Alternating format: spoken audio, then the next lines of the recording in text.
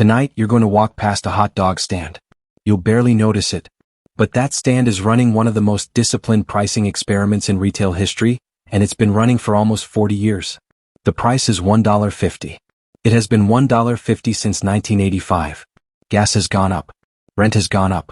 Your grocery bill has doubled. But this hot dog and soda combo has not moved a single cent. What? The easy answer is that Costco just likes tradition. The real answer is far stranger. This price isn't sentimental. It's a weapon. And it's aimed directly at your brain. Start with the man who said it. In the early 1980s, Costco's co-founder Jim Sinegal fought to keep the food court cheap almost as a matter of principle. By the mid-1980s, the hot dog and soda combo settled at $1.50, and it never moved again. Decades later, when a new executive floated the idea of raising it, Sinegal reportedly told him not to touch the price, using language blunt enough that the story still circulates inside the company today. That single moment tells you everything about what this hot dog actually is. It isn't a menu item. It's a promise. Here's the part most people miss. Costco loses money on that hot dog. Not a little. Analysts have estimated the company sells well over 100 million combos a year, and industry reporting suggests Costco eats tens of millions of dollars annually just to keep that price frozen, even as beef and bun costs climbed around it. A normal business would call that a failure.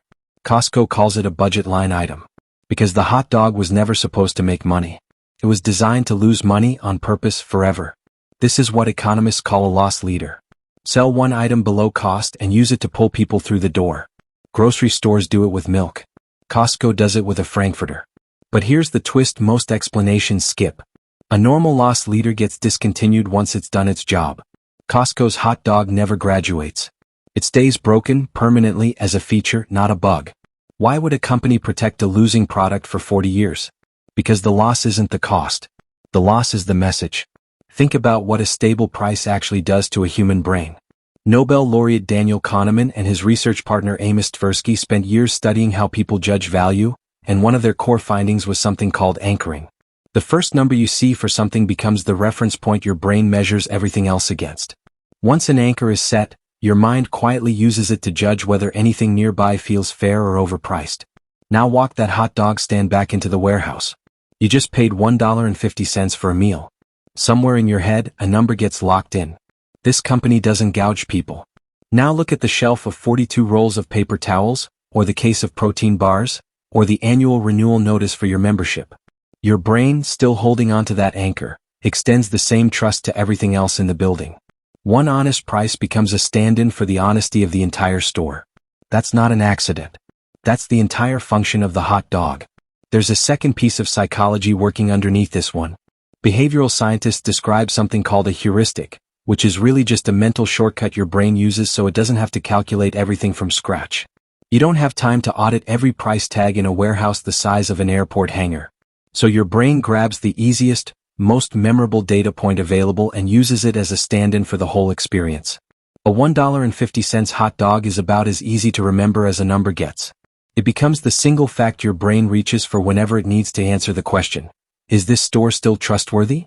This is also why Costco almost never advertises in the traditional sense. It doesn't need billboards. It has a walking, talking, self-reinforcing advertisement sitting at the front of every store, reselling the brand's honesty to every single customer, every single day, one bite at a time. Now here's the part that turns this from a marketing trick into something closer to loyalty engineering. Costco charges an annual membership fee just to shop there. That fee has increased over the years. Meanwhile, the hot dog has not moved. Do you see what that does? It creates a strange kind of proof. If the fee goes up but the hot dog stays frozen, your brain doesn't read that as inconsistency. It reads it as restraint. The company is raising money somewhere, sure, but not here, not on this.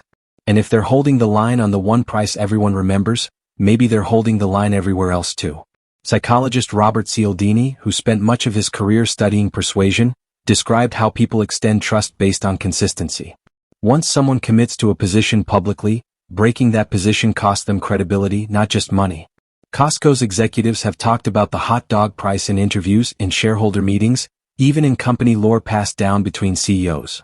It has been stated, repeated, and defended in public so many times that raising it now would cost the company something a price increase can't buy back: the story itself.